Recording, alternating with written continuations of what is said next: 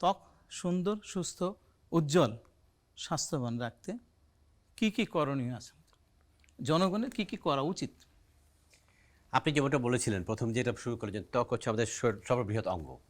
আচ্ছা, এটা part of the body, আমার পুরো শরীরের একটা পার্ট। আমার ভিতরে যেমন আলাদা অর্গান আছে, স্কিন একটা অর্গান, আমার লিভার একটা অর্গান, হার্ট একটা অর্গান, কিডনি একটা অর্গান, প্যানক্রিয়াস আর একটা অর্গান, যেখান থেকে ইনসুলিন তৈরি হয়।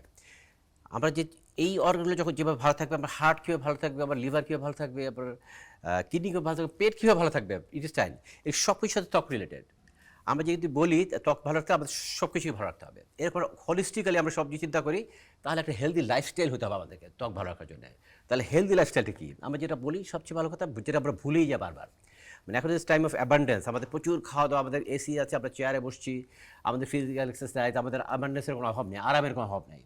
আমাদেরকে ব্যাকে যেতে হবে। যেমন আমরা যদি বলি ত্বক ভালো রাখার প্রথম উপায় কি, আমি বলবো নাম্বার 1 হচ্ছে এক্সারসাইজ, ফিজিক্যাল ওয়ার্ক আপনাকে যদি করতে হবে, তাহলে কিন্তু আপনার যে মাসেল স্ট্রেংথ সব কিছু মিলে আপনার যে ত্বকের যে রিজেনারেশন, আমরা কোলাজেনাসিন ফাইবার যেটা বলি, ওরা কীভাবে রিজেনারেট করবে, আপনাকে রিজেনারেট মোডে যেতে হবে।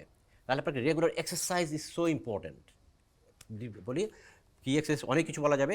তারপরে নেক্সট হচ্ছে ডায়েট, আপনি কী খাচ্ছেন। আমরা যে খাওয়া ফুড হ্যাবিট, যেমন fast food, lots of sweet, আমরা বলি যে চিনি is poison, sugar is poison. আপনি অনেক মজার, আমি আমার পেশেন্টদেরকে বলি যে আপনার যখন একটা ভালো মিষ্টি চলে আসে, নাম করা যশোরের একটা সন্দেশ চলে আসে, একটু খান, but try to have a sugar and sugary drinks.